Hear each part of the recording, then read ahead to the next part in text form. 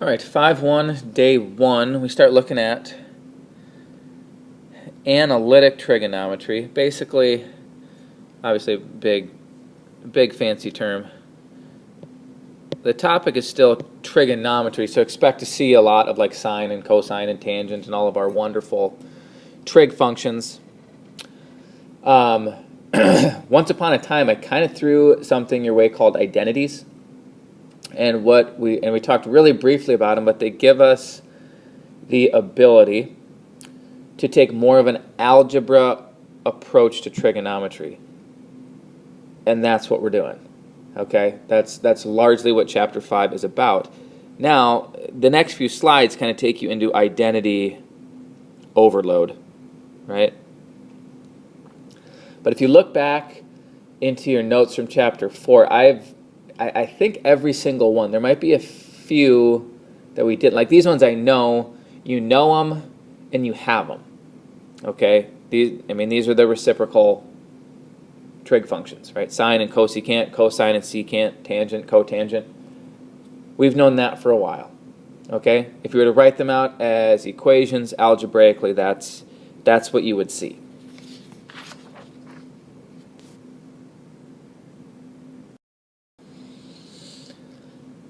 Now, for the most part, I'm okay with just having you, put these on your note card and you just kind of buy into the fact that they're true. Okay, really 2 of them here that I'm going to stop and show you, right? I'm not going to call it a proof because technically it's not. It's kind of a verification that this is actually the case. So I'm going to focus right here. You've probably seen this one before. It's what we would call a quotient identity. That tangent, like for any angle, its tangent value is its sine value divided by its cosine value. Okay? I'm going to use the rest of the space I have here. Now, I'll say right off the bat, there's no problems in the homework based off this, but as far as a test goes, I could ask you to outline kind of a verification of a trig identity. So there's U, and let's see here. Let's call this side.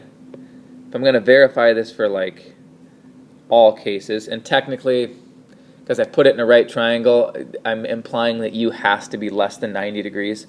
I could move around and verify it in other quadrants, and you would see that the same thing holds true. Okay, so again, this isn't exactly a proof, just kind of the basic outline. Okay, what I would say from here on the diagram is that, but it is important, by the way, when you're verifying stuff like this, that you shouldn't use numbers. Okay, it should remain totally abstract with the letters, because I'm saying, all right, I'm in a right triangle, but those side lengths could be anything. I'm not putting any specification as to how big or small this triangle has to be.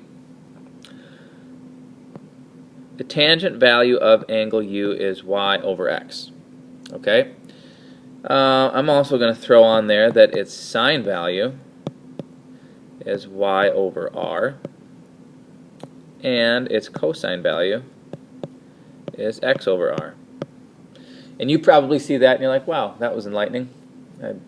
I've known that for like a long time. And you probably have. Okay. So, to verify this, here's what I'm going to do. I basically now need to show that the 2 sides in the identity are actually the same. So what I'm going to start with is the sine of U over the cosine of U. We had already said up above that sine is y over r, cosine is x over r.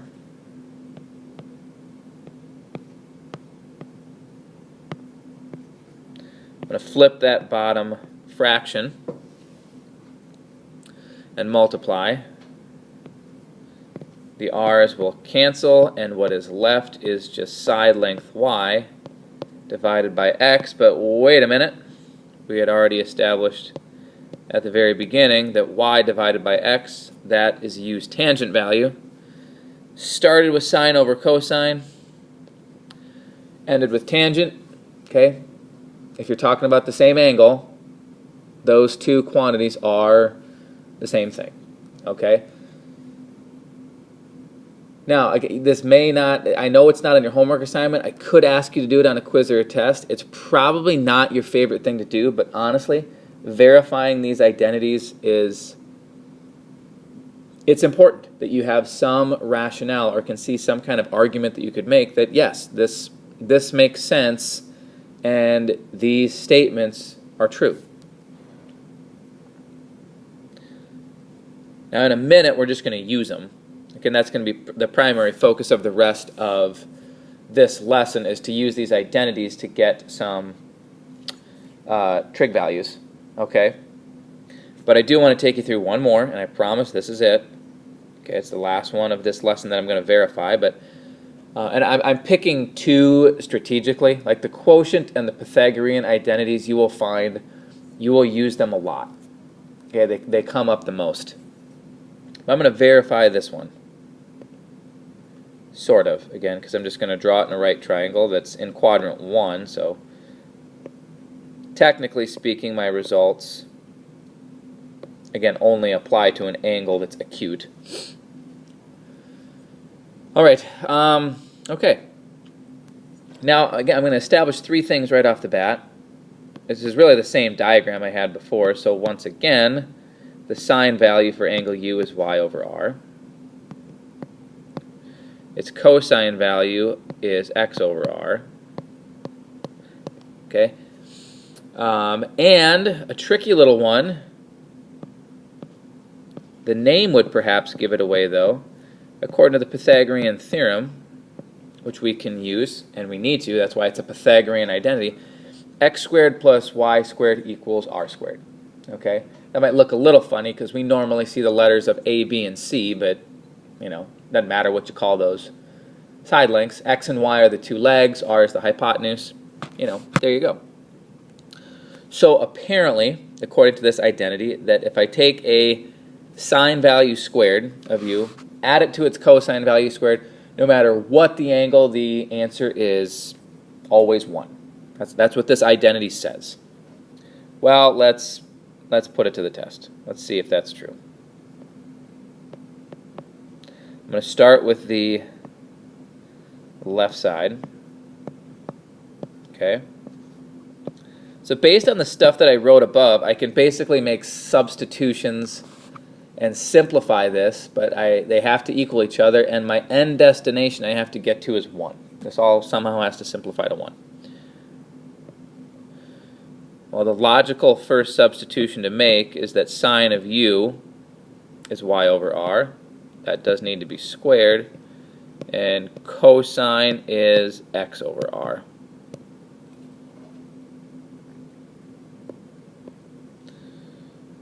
That squared would apply to both. And with the other one, I would do the same thing, and I end up with that. Okay? I've got two fractions. Now, they're a little bit funny because they're all in terms of letters, but what I actually do notice here is these fractions they have a common denominator. It's r squared, so I could combine them into a single fraction as long as I just add the numerators. Okay? And this would be the point where, seemingly things, you may be stuck until, again, you go back to the name of the identity. This is like the key step. Why we needed the Pythagorean theorem. Okay? X squared plus y squared, or y squared plus x squared, the order wouldn't matter. According to the Pythagorean theorem, the top can be replaced with r squared. Right? I was looking right here at that. We get r squared over r squared. Anything divided by itself is 1, so yes, indeed. An angle sine value squared plus its cosine value squared will always, always, always add up to 1. You probably just believed me because I put it on the slide, but, that's handing over a lot of power to me. In that case, I could just throw anything I want on the slide and you'd believe it. That's not totally good. You're probably trusting that what I put on here is true, but here you have evidence that indeed that is absolutely the case. All right, these are called cofunction identities. We honestly don't use them as much. Basically what's going on with these, I put them in terms of radians. Anywhere you see pi over 2, you could, if you wanted, you could put 90. Basically, if you have angles that are complements, all right, and they've got some relationships that, you know, like the sine value of 60 is the same as the cosine value of 30, okay? If you draw out some right triangles, even with the numbers, you'll see it's not hard to convince yourselves that, yes, those are all the case. Here's the even and odd, which just basically have to do with like when you can pull a negative sign out and when you can't. These last two slides with the cofunction and even and odd, they are honestly less important. Reciprocal, quotient, and Pythagorean. The first 3 slides of identities, you know, how about that? The most important ones were on the first 3 pages. Those are the ones you should absolutely know. Those are extremely important. All right, now basically 2 slides here on, this one will involve identities, the other one really won't. Just on things that I want to make sure that you could do. Okay. Now, I would bet that your gut reaction on this kind of problem would be, all right, let's draw our diagram. And this would not be necessarily a bad approach to this problem. This is one of the cases on a test I could be picky, even though I don't do that very much, as far as how you do something. There's really only been a couple of times all year where I've said, like, here's the problem that you have to do, and here's how you have to do it.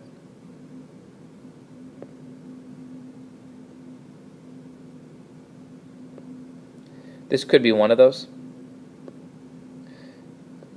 Because there is the diagram approach that we've done before where you're like, okay, the secant value, which remember that's the reciprocal to cosine, is negative and tangent is positive. All right? So that tells me I'm down in quadrant 3. R is 3. Don't be fooled that the negative sign is with it. R always has to be positive. Okay, the 2 can be negative because I'm going to the left, and then the Pythagorean theorem would tell me that that is negative square root 5, and then away you go, and you could get all of your 6 trig functions. Okay, that's not right now the approach that I want you to take, and part of the reason you would do that is this problem is asking you to find all 6 of them, which is not necessarily the ideal case. Where identities can be really nice is if you're just going to find one of them. Okay, you can get it quicker and easier with identities. Okay, so if you are really like in love with the diagram approach,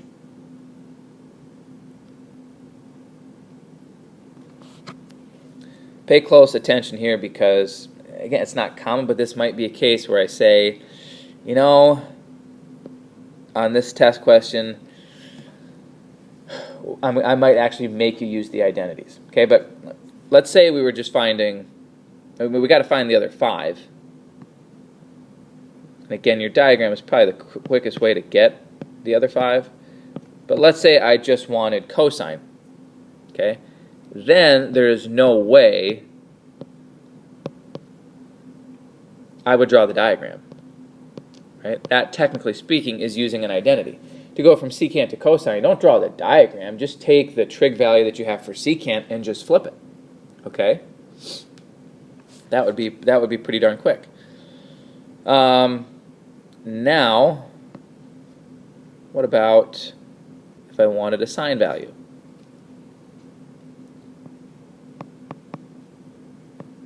Sine squared of this angle, and again, I've drawn the diagram just so you kind of have some intuition as to what's going on. As I'm using these identities, at this point I'm kind of ignoring it, right? Because the identities really shouldn't be dependent on drawing the diagram. So sine squared of u would be negative 2/3 squared, and the Pythagorean identity says that has to be 1. And essentially now I just have an equation to solve.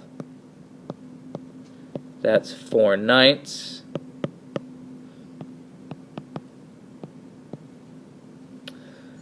Subtracting that from both sides, we would get 5/9.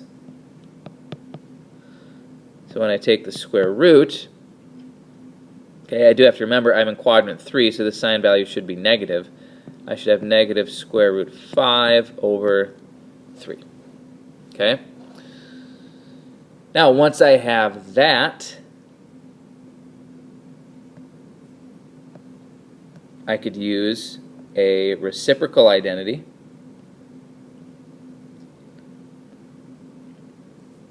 And those ones often act as really, really nice shortcuts.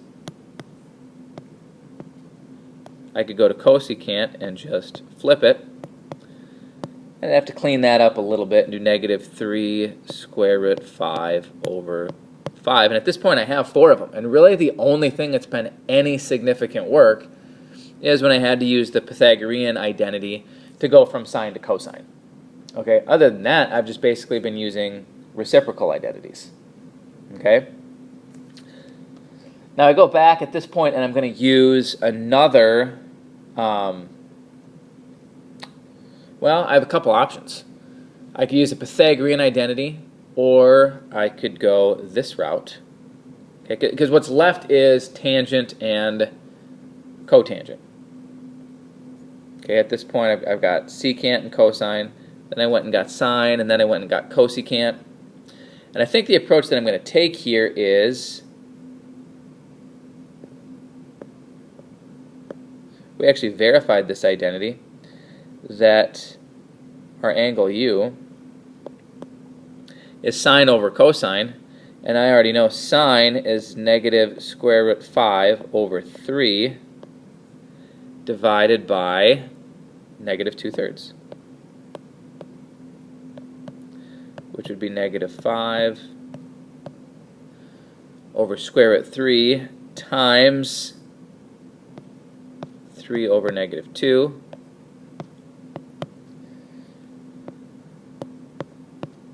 And there's your tangent value. Okay? And then for a third time, we apply the reciprocal identity to get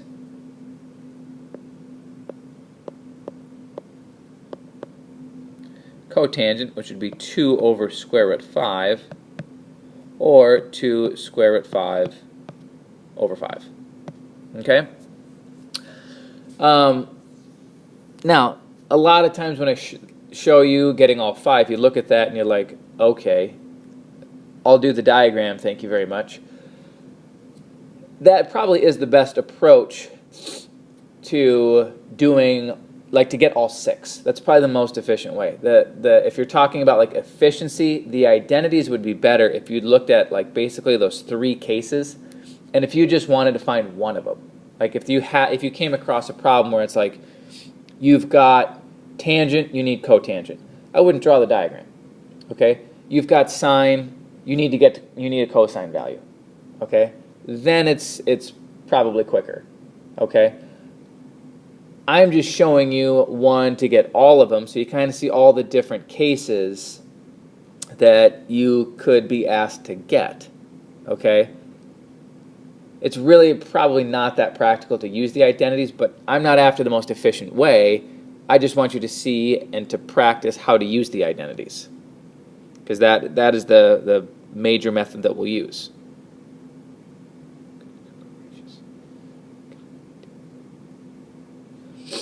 All right, another thing that comes up is trig functions oftentimes can take these like quadratic forms. And you get, these cases where it's like you have to factor them. If you want, okay, you can pretend that the trig function is like x, okay? A lot of people like to take that approach and then be like, okay, this would be x plus 1, x minus 1. Okay, except in this problem I don't have x as my variable, it's secant of theta.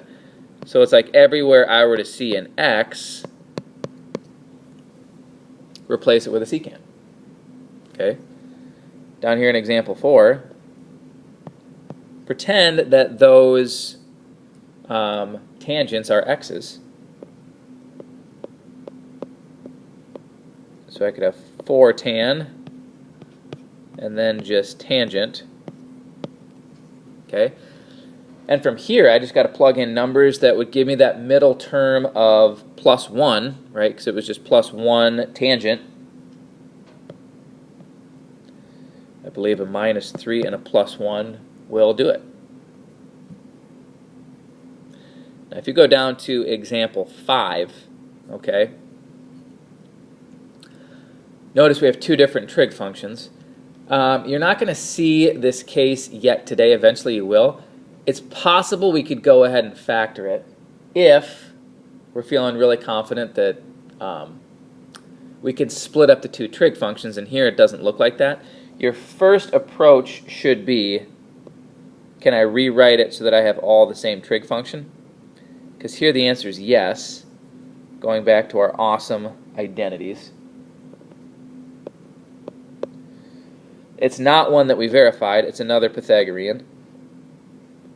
Cosecant squared is equal to 1 plus cotangent. So that really should be your the first thing that you should try.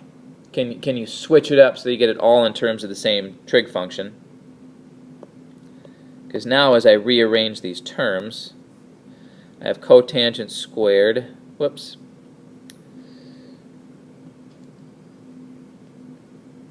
back up here.